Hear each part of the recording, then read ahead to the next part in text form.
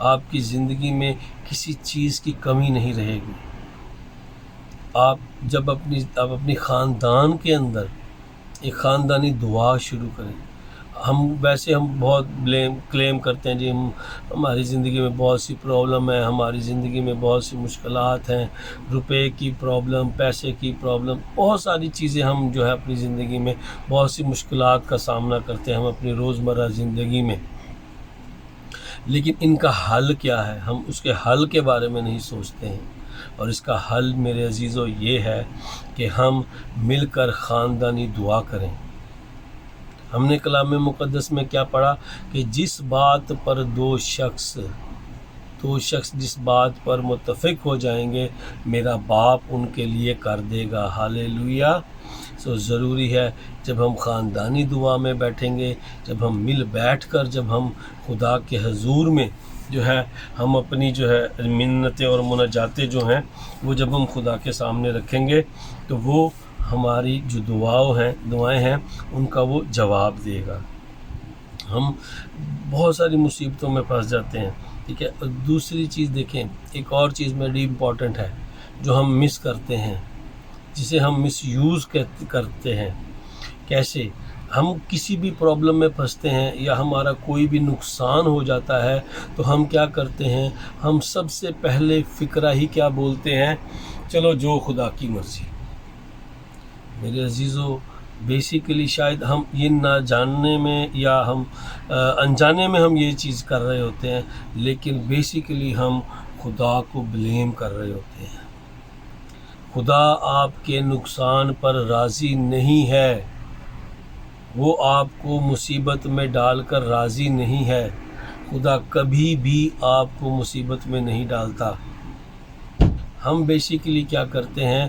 جب ہمارا نقصان ہوتا ہے تو ہم خدا کو بلیم کر رہے ہوتے ہیں، ہم وہ ساری غلطی خدا پہ ڈال دیتے ہیں کہ یہ جو سب غلط ہوا ہے یہ خدا نے کیا ہے، اور اس سے شیطان خوش ہوتا ہے۔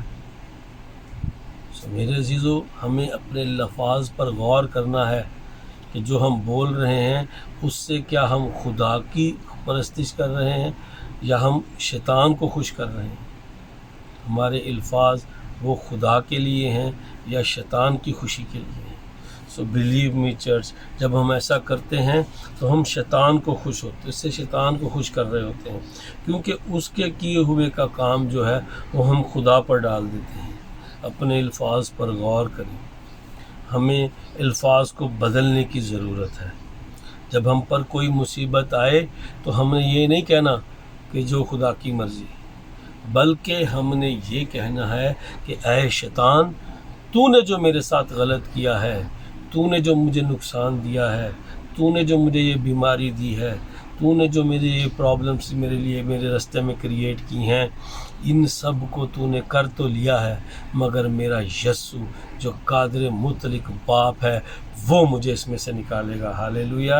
جو میرا یسوع ہے وہ میری پرابلمس کو حل کرے گا۔ ہاللیلویہ۔ میرا خدا بڑا ہے، یہ کوئی پرابلم نہیں ہے میرے خدا کے لیے۔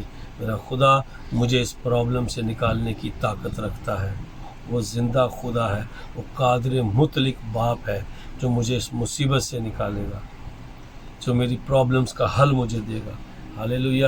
کیونکہ خداوند یسوع المسیح نے جو ہے اس کے سر کو کچلا ہے، خداوند یسوع المسیح نے جو ہے اسے مارا ہے اور فتح حاصل کی ہے۔ ہاللیلویہ۔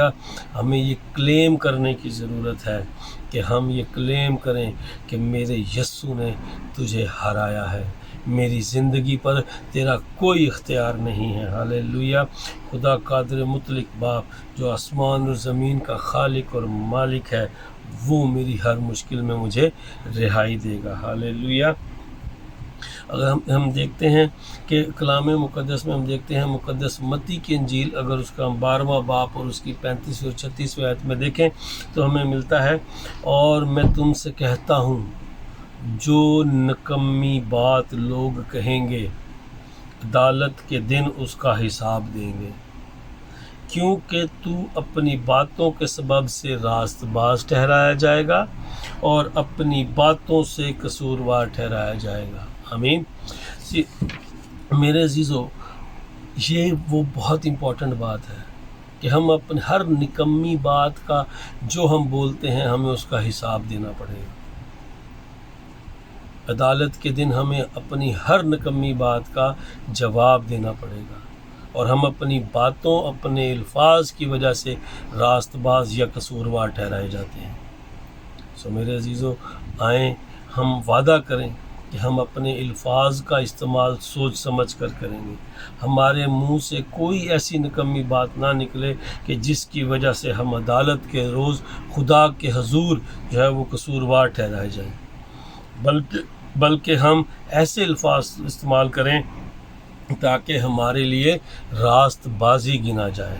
ہلیلویہ۔ آئیں ہم دعا کریں کہ خدا ہمیں اپنا فضل عطا کرے، ہم پر رحم کرے، تاکہ اس کے فضل کے وسیلہ سے ہم اپنی زبان پر قابو پا سکیں، ہم اپنے الفاظ پر قابو پا سکیں، اور پاک روح کی گائیڈ لائن میں چلتے ہوئے خداوند کی مرضی کو اپنی زندگی میں پورا کریں۔ خداوند آپ سب کو بڑی برکت دے۔ خداوند آپ کے ساتھ ہو۔ آمین۔